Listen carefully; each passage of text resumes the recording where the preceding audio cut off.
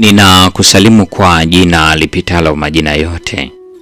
Hili sio jina la mtu awaye yeyote, bali ni jina la Bwana wetu Yesu Kristo.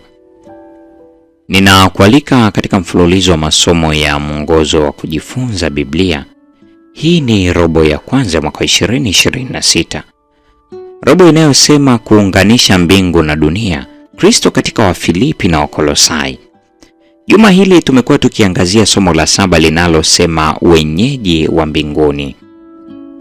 Na katika somo hili la 7 tumekuwa na mada mbalimbali, kuanzia katika siku ya Jumapili, mifano ya kuigwa; Jumatatu, simameni imara katika Bwana; Jumanne, furahini katika Bwana siku zote; Jumatano, yatafakarini haya; Alhamisi, mambo muhimu kwa ajili ya kuridhika; na leo katika siku ya Ijumaa, Februari 13, jifunze zaidi.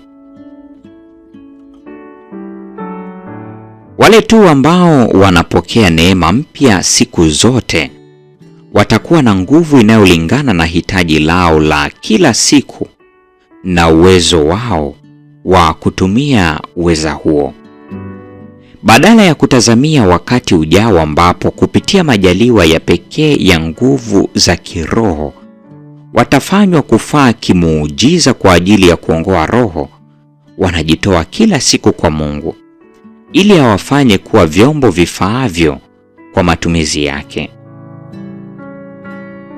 Kila siku wanatumia vizuri fursa za huduma wanazoweza kupata. Kila siku wanamshuhudia Bwana popote walipo, iwe katika mazingira fulani duni ya kazi nyumbani au eneo la hadhara wanalofaa kutumika. Kwa mtendakazi aliyejiweka wakfu, kuna faraja ya ajabu katika kujua kwamba hata Kristo wakati wa maisha yake duniani alimtafuta Baba yake kila siku kwa ajili ya kupata neema mpya iliyohitajika. Na kutokana na ushirika huo na Mungu, alitoka ili kuwaimarisha na kuwabariki wengine. Kila mtendakazi anayefuata mfano wa Kristo ataandaliwa kupokea na kutumia nguvu ambazo Mungu ameahidi kwa kanisa lake kwa ajili ya kukomaza mavuno ya nchi. Ellen G. White, God's Amazing Grace, ukurasa wa 117. Mungu anajua mahitaji yetu na ameyatimiza. Bwana ana hazina ya mahitaji kwa ajili ya watoto wake na anaweza kuwapa kile wanachohitaji kwa hali zote. Basi, kwa nini hatumtumaini? Amewapa watoto wake ahadi za thamani kwa sharti la utii wa kweli kwa sheria zake.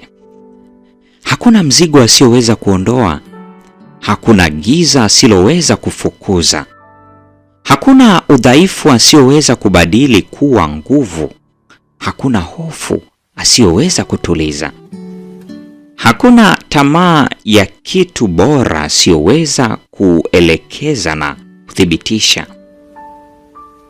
Hatupaswi kujitazama wenyewe. Kadiri tunavyotafakari zaidi mapungufu yetu wenyewe, ndivyo tutakavyopungukiwa na nguvu za kuzishinda. Ellen G. White, That I May Know Him, ukurasa wa 224. Maswali ya kujadili. Swali la kwanza: fikiria baadhi ya matukio yako ya kufurahisha zaidi ya maombi yaliyojibiwa. Yamekusaidiaje kupata uzoefu wa amani ya Mungu inayopita akili? Vipi kuhusu maombi yale ambayo hayajajibiwa? Bado unawezaje kupata amani iliyoahidiwa? Swali la pili: katika muktadha wa Wafilipi sura ile ya 4 aya ya 8, unatumia muda wako kufikiria nini? Kile unachokifikiri kinaimarisha imani yako na kutembea na Bwana vizuri kiasi gani? Swali la 3.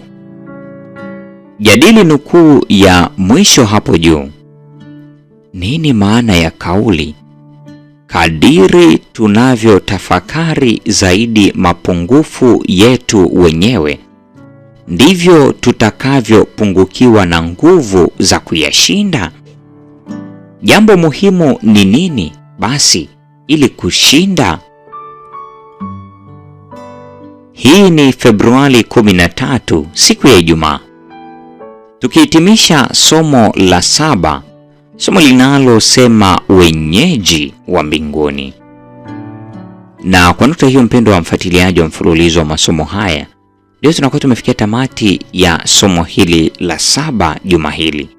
Neema ya Bwana wetu Yesu Kristo, pendo la Mungu na ushirika wa Roho Mtakatifu dumu kuwa pamoja nasi sasa na hata milele. Amina.